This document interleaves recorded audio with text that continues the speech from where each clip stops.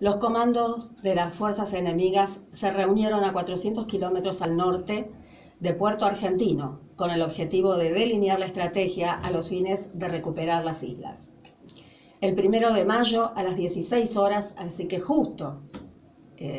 casi justo 36 años, los piratas inician el ataque en los aeródromos militares de Puerto Argentino y Puerto Darwin, a los fines de presionar a los patriotas a la entrega de las islas. El ataque se llevó a cabo con aviones Vulcan y Sea Harrier. Inmediatamente, para desembarcar en territorio malvinense, los ingleses enviaron el grupo de asalto anfibio. La reacción de las Fuerzas Armadas fue inmediata. Hubieron 57 salidas de aviones argentinos que tenían por misión dar en el blanco de las fuerzas de tareas invasoras, las famosas Task Force. Durante esa batalla aérea que marcó el bautismo de fuego de las Fuerzas Armadas, entregaron su vida a la patria los siguientes héroes.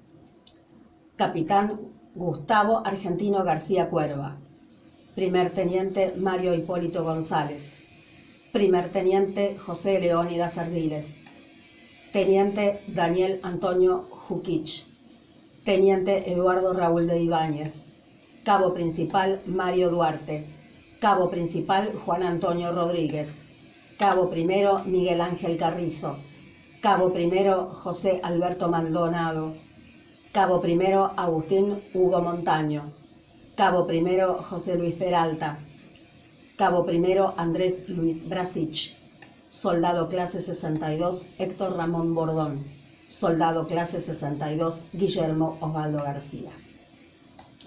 Estos son datos oficiales, son informes oficiales, puesto que los obtuvimos de la página de la Fuerza Aérea Argentina.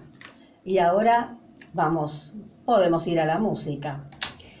En primer lugar vamos a escuchar un poema.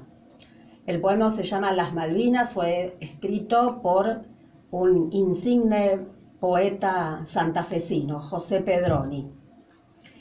El poema, repito, Las Malvinas, interpretado magistralmente por Jorge Cafrune, para la escuela. Sí, lo hice más que nada por los héroes de Malvinas, un trabajo de historia. Y empieza así. Recuerdo cuando era chica y mis padres estaban hablando con mi tío Beto sobre su hermano, Juan Domingo Bernhardt, que fue combatiente en la guerra. Yo en ese momento no sabía de qué hablaban, hasta que empecé a ir a la escuela y todos los 2 de abril nos hacían entrar en el mundo donde jóvenes y adultos dieron la vida por mí y por mi patria y nuestra gente. Me preguntaba cómo la guerra se relacionaba con mi familia, hasta que haciendo trabajos prácticos con ella, me di cuenta que mucho tenían que ver. Y ahí fue cuando me puse a pensar, ¿qué hubiese pasado si hoy pasara esa guerra?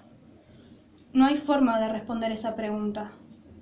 Ahora de grande, teniendo un hijo varón, también me pregunto, ¿cómo haría si pasara esa misma guerra 20 años más adelante? ¿Soportaría que mi hijo se vaya hacia una guerra?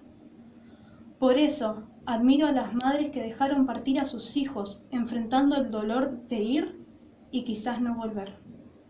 Por eso hoy me propongo ayudar de una forma pacífica a recuperar nuestras islas, sin que vuelva la guerra, sin que vuelva ese dolor y que lo que pasó esté presente en nuestros corazones. Ahora viene la introducción. Como en la década del 80 había mucha angustia, mucho dolor, no se encontraba una forma de expresarlo. ¿Cómo hacerlo? ¿Qué hacer para que se entienda? La música transmite sentimientos.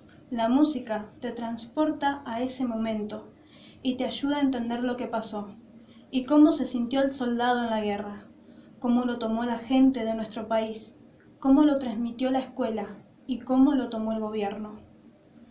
Hay canciones en el rock nacional que refleja ese dolor, ese sentimiento y la mirada del soldado, como por ejemplo en 1000 horas, que la mayoría lo toma como un hombre que le canta a una mujer esperándola 1000 horas. Sin embargo, es el soldado que le canta la muerte, que la espera 1000 horas para que llegue a él, como también la canción del 2 de abril, que hace una reflexión sobre cómo lo tomó el Estado a los excombatientes. El rock llega a muchos lugares del mundo, al tocar la guerra que nos llegó tanto a nosotros. Unos por el fallecimiento de una persona querida, como un amigo, como simplemente una parte de nosotros, nuestras islas. Por eso me pregunto, ¿cómo podría el rock nacional cambiar la visión de la gente con respecto a la guerra? Testimonio de Emma Julia Piñeiro. En el 76 estaba el gobierno militar. La mirada del pueblo estaba nublada. Un gobierno sin Congreso. Todo regía por estatuto. Se hace el desembarco, que deciden los militares.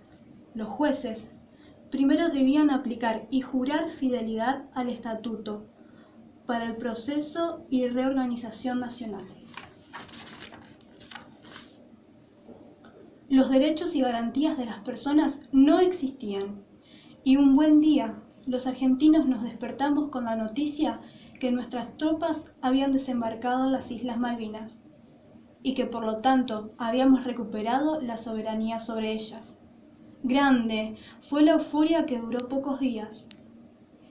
El país se transformó, se vivía un clima de alegría, solamente equiparable a la obtención del Campeonato Mundial del Fútbol celebrado en nuestro país en 1978. Obviamente, el arte popular no podía estar ausente, sobre todo la música. Volvieron a escucharse las voces de los cantantes que estuvieron prohibidos durante el gobierno militar, como Mercedes Sosa, Víctor Heredia, León Gieco, Sandra Mianovich, Horacio Guaraní, Piero y muchos más. En este estado de situación, los músicos populares argentinos compusieron temas alusivos a la dictadura y a la guerra. Bueno, esta fue una parte, después vienen unos pequeños análisis de canciones, pero ¿qué te parece, mami, si vamos con una canción o Exacto, algo? podemos ir. Asume su vicepresidente Andrew Johnson, que tuvo, bueno, no se la llevó, digamos, fácil con todas estas revueltas obreras, porque aclaremos y recordemos algo que ya nombramos al pasar, que en esa época, fines del 1800, es decir, fines del siglo XIX, Estados Unidos estaba despegando, es decir, estaban haciendo la industria norteamericana que fue la más poderosa del mundo, era el país más industrializado del mundo. Y a la vez que nacían, fíjate vos la paradoja, ¿no? A la vez que nacían las grandes fortunas, que todavía hoy son sinónimo de fortuna incalculable, como los Rockefeller, como los Morgan, como los Carnegie, los Vanderbilt, a su vez los obreros, que eran los que le daban ese nivel de vida, eran prácticamente esclavos.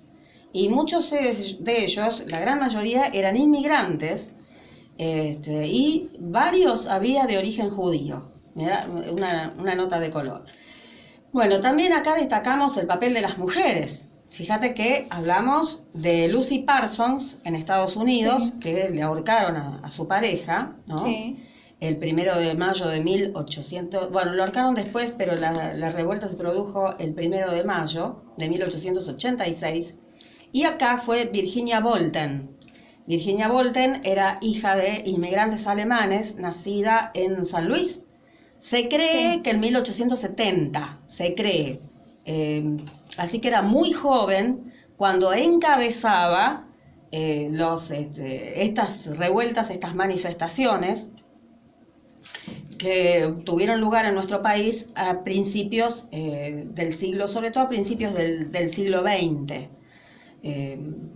Bueno, fue, imagínate vos, un mundo totalmente machista, masculino, que aparezca una chica, porque era una chica más joven que vos, era. 20 años, por lo que Claro, 20 años tenía Virginia Bolten cuando encabezaba todas estas revueltas.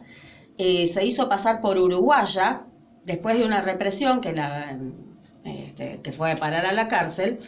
Se hizo pasar por uruguaya. En aquel tiempo no había todo código de barras y todas esas cosas, sí, en los documentos, así que bueno, ella pudo hacerse pasar por uruguaya y la deportaron al Uruguay, donde allí siguió con esas revueltas, no solamente animando a sus compatriotas acá en la Argentina, Sí. sino que también inició las primeras revueltas obreras en el Uruguay.